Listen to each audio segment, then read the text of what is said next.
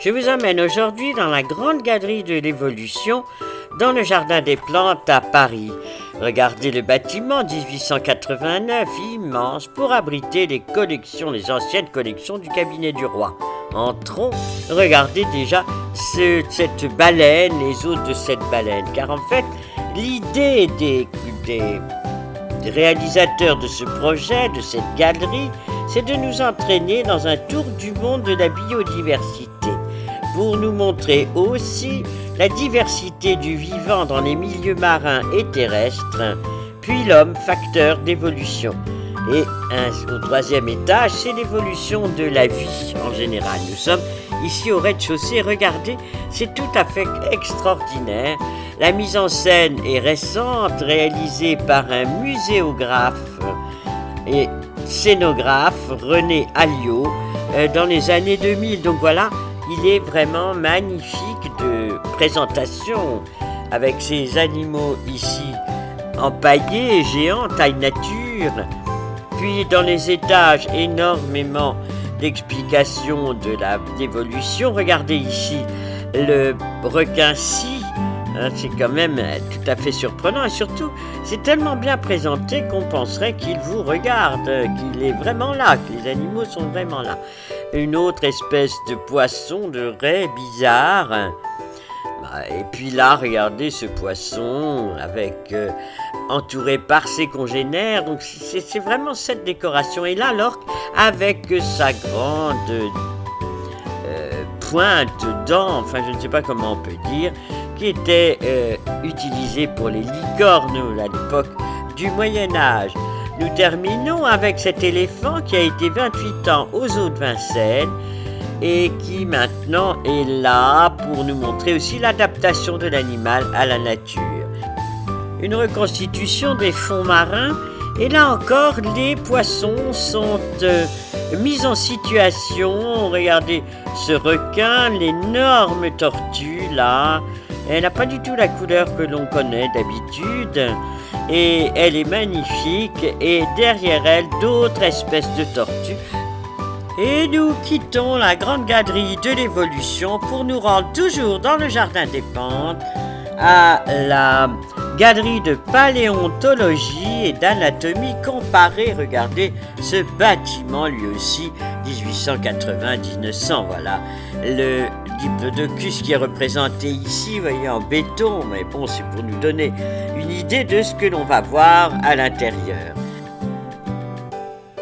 C'est Georges Cuvier qui vécut de 1769 à 1832 qui fut l'inventeur de ces deux nouvelles disciplines. L'anatomie comparée, c'est-à-dire c'est une science qui étudie les similitudes et les différences anatomiques qui caractérisent les êtres vivants.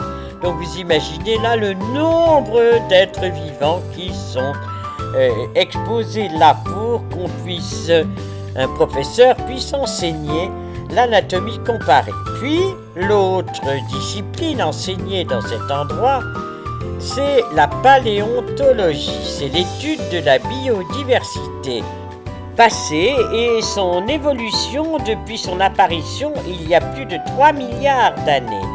C'est vous dire combien il est important pour les étudiants en médecine et autres disciplines de venir travailler ici. Regardez le bâtiment, il est tout à fait 1900 avec ses poutres métalliques. Vous voyez, c'est l'époque de la Tour Eiffel, donc vraiment beaucoup de fer partout, des grandes baies vitrées pour que l'on puisse s'émerveiller pour s'instruire, car c'était ça l'idée du roi Louis XIII.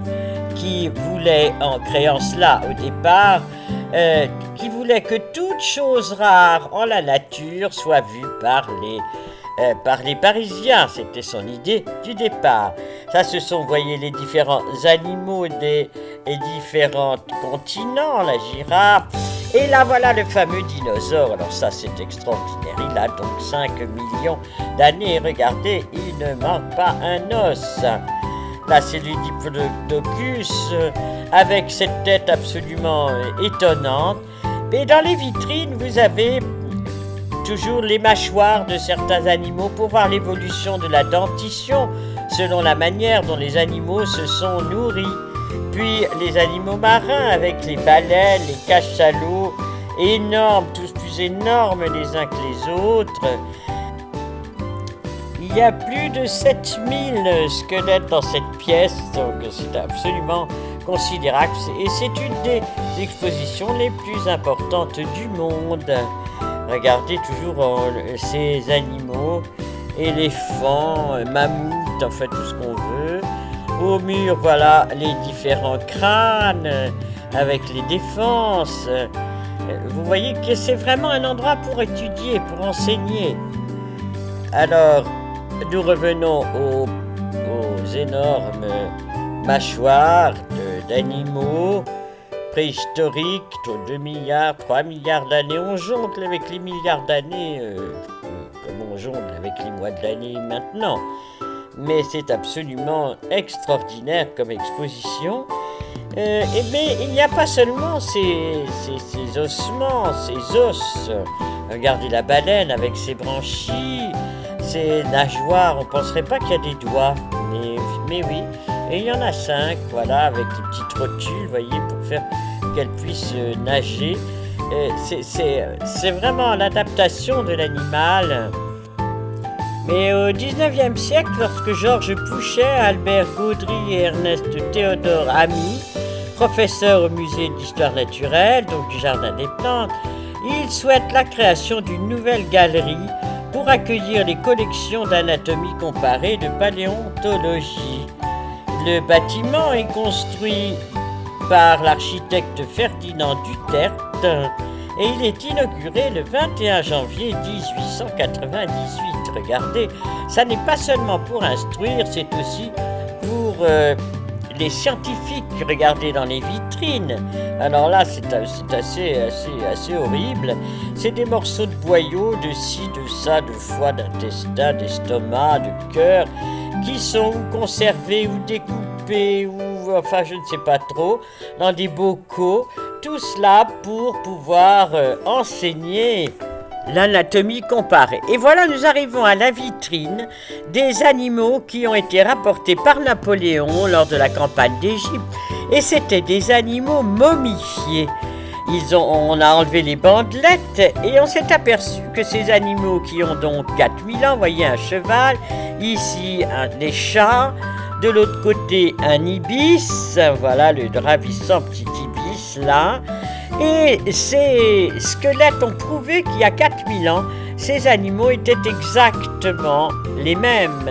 Tout à fait contraire à la théorie de Darwin qui dit qu'on descend du singe ou du poisson. Là non, là vraiment ça prouve par A plus B qu'il n'y a aucune évolution.